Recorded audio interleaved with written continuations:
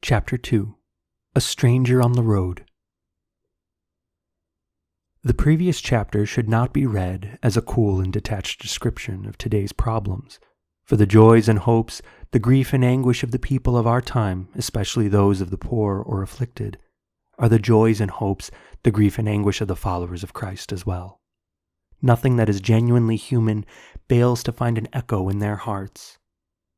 In the attempt to search for a ray of light in the mists of what we are experiencing, and before proposing a few lines of action, I now wish to devote a chapter to the parable told by Jesus Christ 2,000 years ago. Although this letter is addressed to all people of goodwill, regardless of their religious convictions, the parable is one that any of us can relate to and find challenging.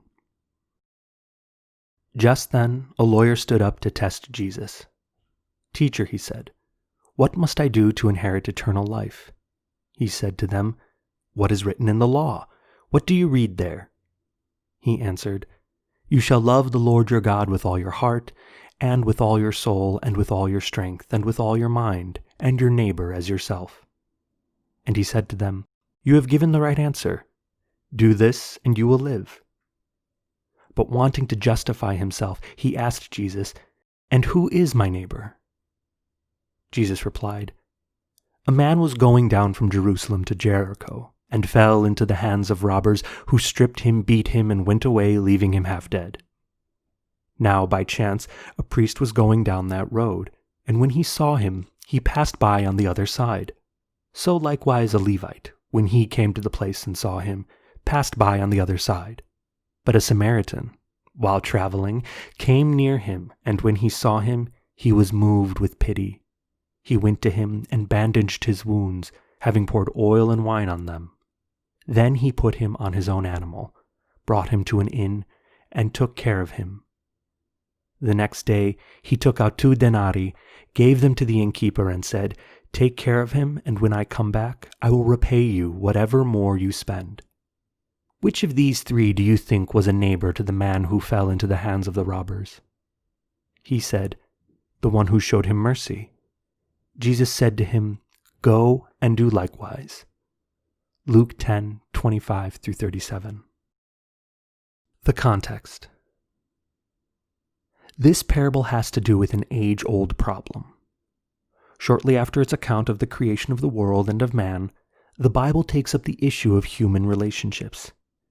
Cain kills his brother Abel, and then hears God ask, "Where is your brother Abel?" His answer is one that we ourselves all too often give. "Am I my brother's keeper?"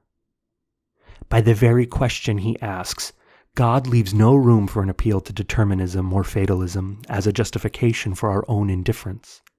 Instead, he encourages us to create a different culture in which we resolve our conflicts and care for one another.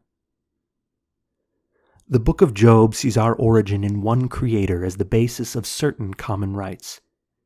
"Did not he who made me in the womb also make him? Did not the same one fashion us in the womb?" Many centuries later, Saint Irenaeus would use the same image of a melody to make the same point. One who seeks the truth should not concentrate on the differences between one note and another, thinking as if each was created separately and apart from the others. Instead, he should realize that one and the same person composed the entire melody. In earlier Jewish traditions, the imperative to love and care for others appears to have been limited to relationships between members of the same nation. The ancient commandment to love your neighbor as yourself was usually understood as referring to one's fellow citizens, yet the boundaries gradually expanded, especially in the Judaism that developed outside the land of Israel. We encounter the command not to do to others what you would not want them to do to you. In the 1st century before Christ, Rabbi Hillel stated, "This is the entire Torah. Everything else is commentary." The desire to imitate God's own way of acting gradually replaced the tendency to think only of those nearest us. The compassion of man is for his neighbor, but the compassion of the Lord is for all living beings. In the New Testament, Hillel's precept was expressed in positive terms. In everything, do to others as you would have them do to you, for this is the law and the prophets. This command is universal in scope, embracing everyone on the basis of our shared humanity, since the Heavenly Father makes his sun rise on the evil and on the good, hence the summons to be merciful just as your Father is merciful. In the oldest text of the Bible, we find a reason why our hearts should expand to embrace the foreigner. It derives from the enduring memory of the Jewish people that they themselves had once lived as foreigners in Egypt. You shall not wrong or oppress a stranger, for you were strangers in the land of Egypt. Exodus 22:21. You shall not oppress a stranger, you know the heart of a stranger, for you were strangers in the land of Egypt. Exodus 23:9. When a stranger resides with you in your land, you shall not do him wrong. The stranger who resides with you shall be to you as the citizen among you. You shall love the stranger as yourself, for you were strangers in the land of Egypt. Leviticus 19:33-34. When you gather the grapes of your vineyard, do not glean what is left. It shall be for the sojourner, the orphan, and the widow. Remember that you were a slave in the land of Egypt. Deuteronomy 24:21-22. The call to fraternal love echoes throughout the New Testament as well. For the whole law is summed up in a single commandment: you shall love your neighbor as yourself. Galatians 5:14. Whoever loves a brother or sister lives in the light, and in such a person there is no cause for stumbling. But whoever hates another believer is in the darkness. First letter of John 2:10-11. We know that we have passed from death to life because we love one another. Whoever does not love abides in death. First letter of John, chapter 3:14. Those who do not love brother or sister whom they have seen cannot love God whom they have not seen. First letter of John 4:20. Yet this call to love could be misunderstood. St. Paul, recognizing the temptation of the earliest Christian communities to form closed and isolated groups, urged his disciples to abound in love for one another and for all. In the Joanian community, fellow Christians were to be welcomed, even though they are strangers to you. In this context, we can better understand the significance of the parable of the Good Samaritan. Love does not care if a brother or sister in need comes from one place or another. For love shatters the chains that keep us isolated and separate. In their place, it builds bridges. Love enables us to create one great family where all of us can feel at home.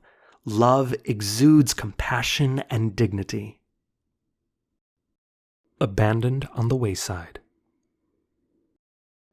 Jesus tells the story of a man assaulted by thieves and lying injured on the wayside.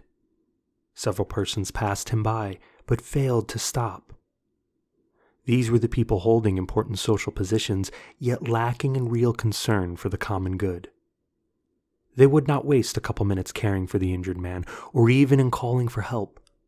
Only one person stopped, approached the man, and cared for him personally, even spending his own money to provide for his needs.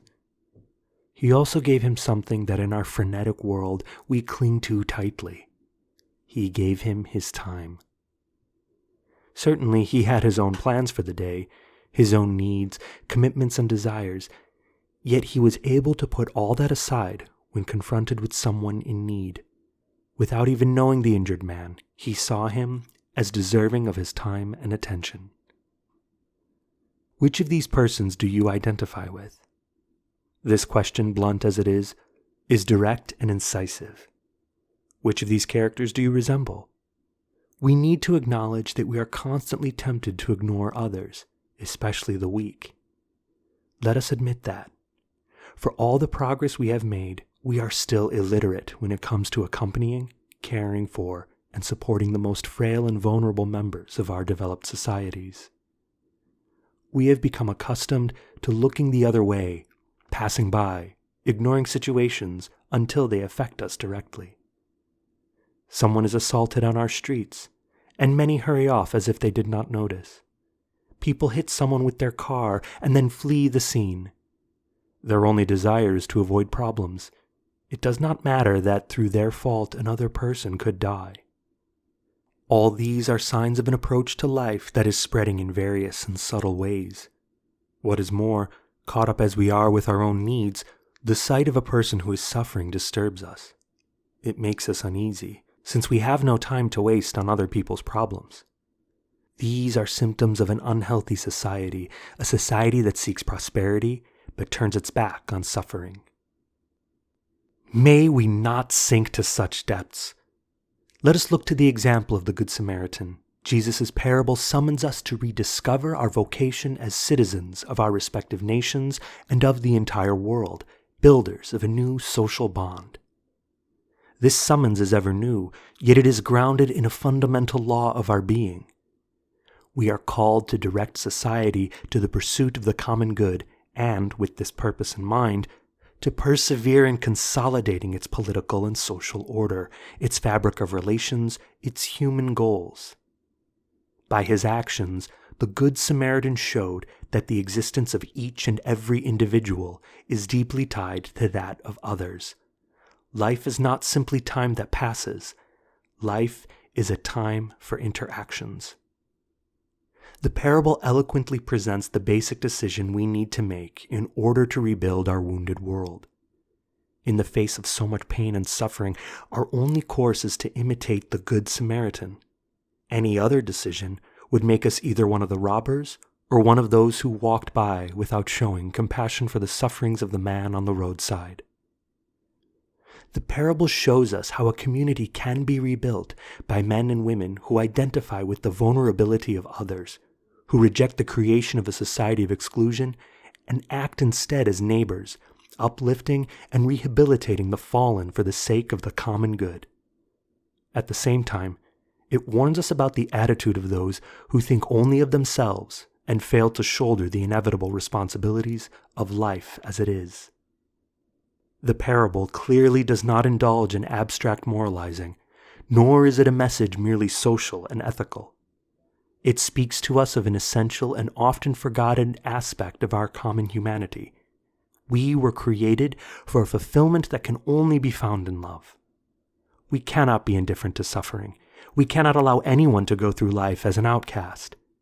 Instead, we should feel indignant, challenged to emerge from our comfortable isolation and to be changed by our contact with human suffering.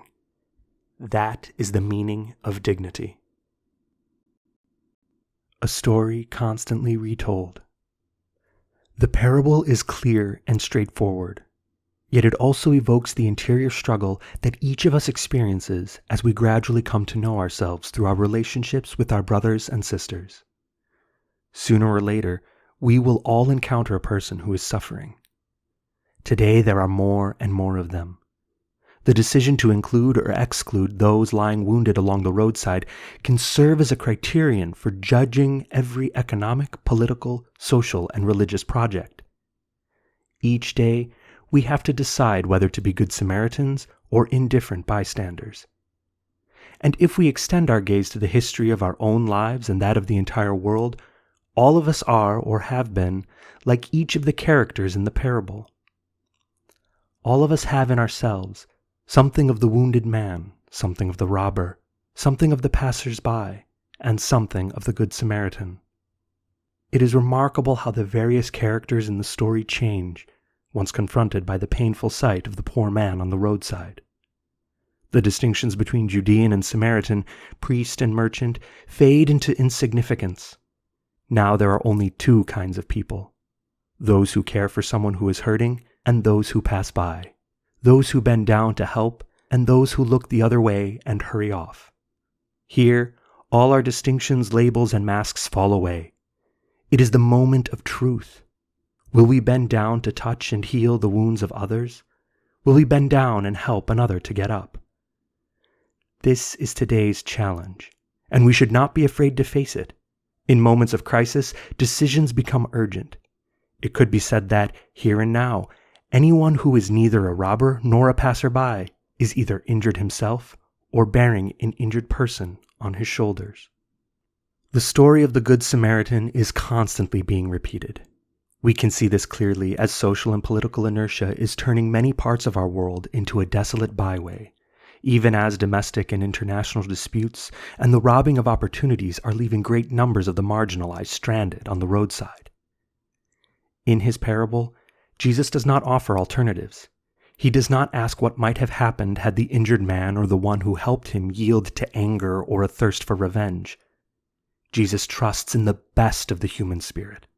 With this parable, he encourages us to persevere in love, to restore dignity to the suffering, and to build a society worthy of the name.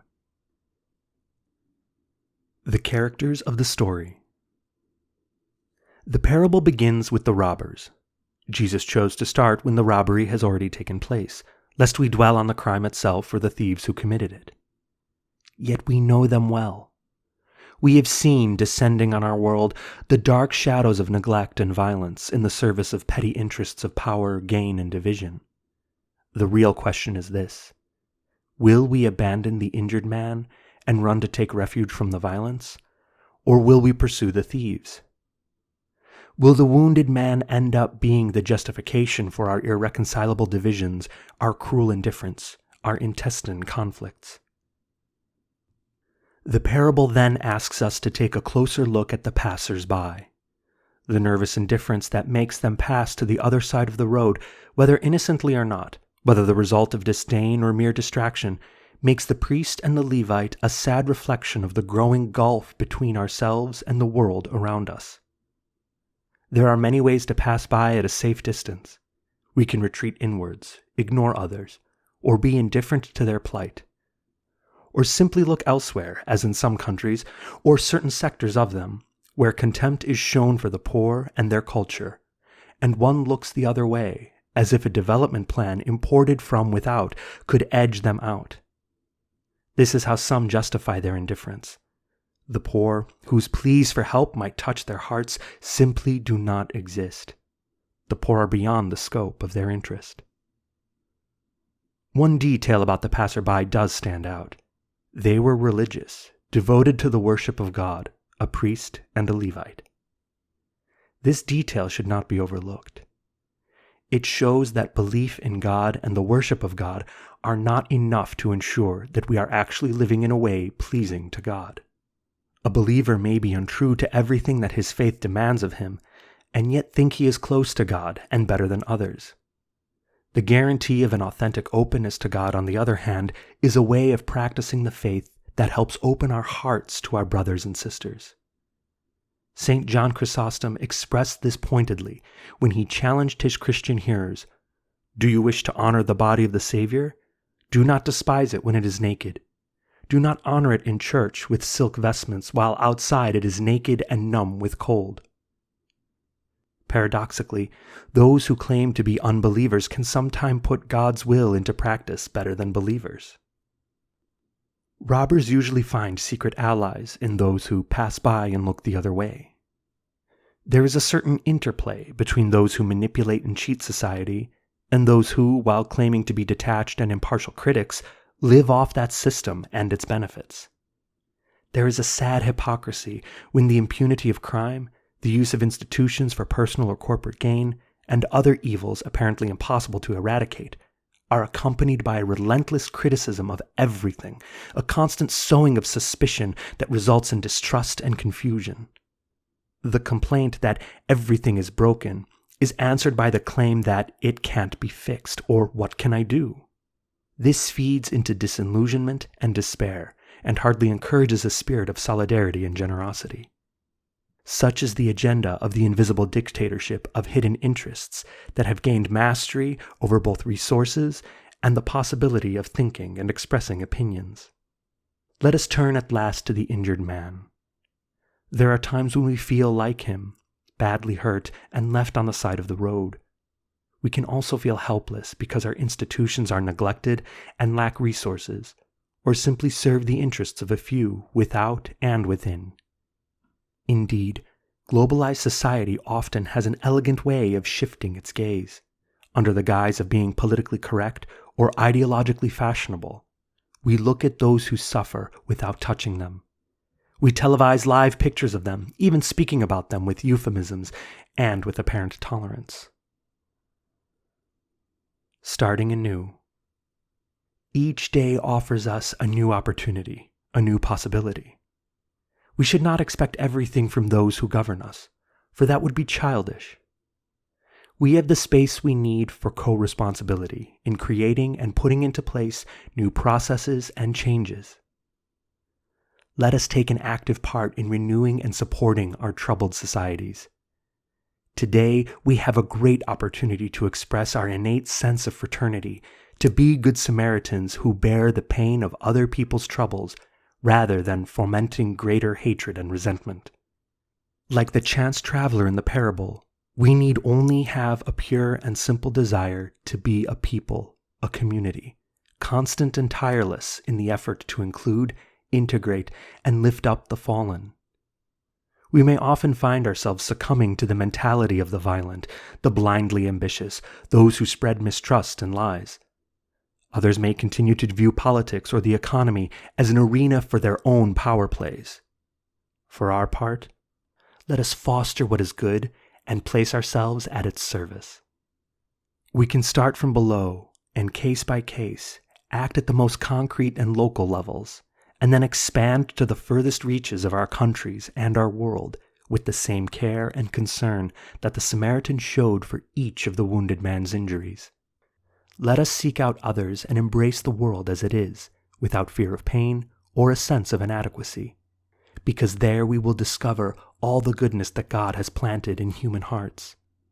Difficulties that seem overwhelming are opportunities for growth, not excuses for a glum resignation that can lead only to acquiescence.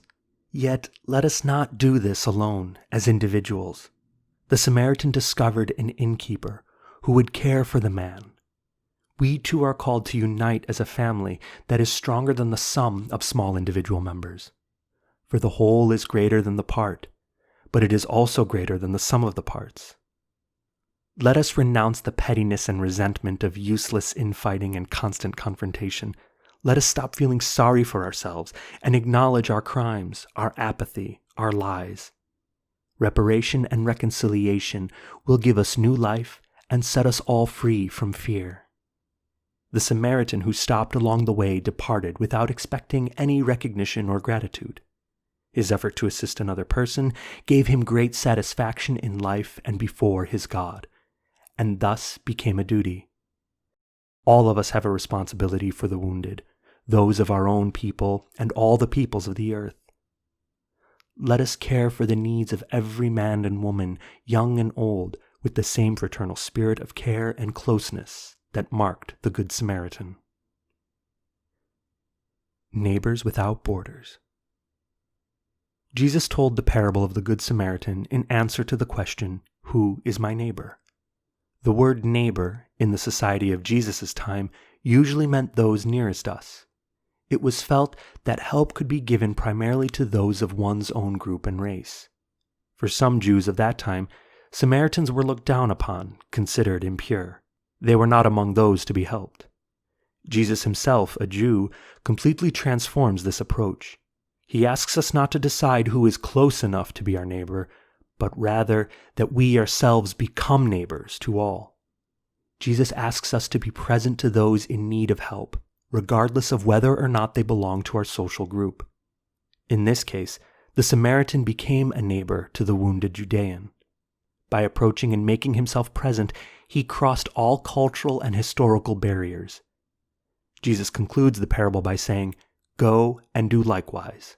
In other words, he challenges us to put aside all differences, and in the face of suffering, to draw near to others with no questions asked. I should no longer say that I have neighbors to help, but that I must myself be a neighbor to others. The parable, though, is troubling, for Jesus says that the wounded man was a Judean, while the one who stopped and helped him was a Samaritan. This detail is quite significant for our reflection on a love that includes everyone.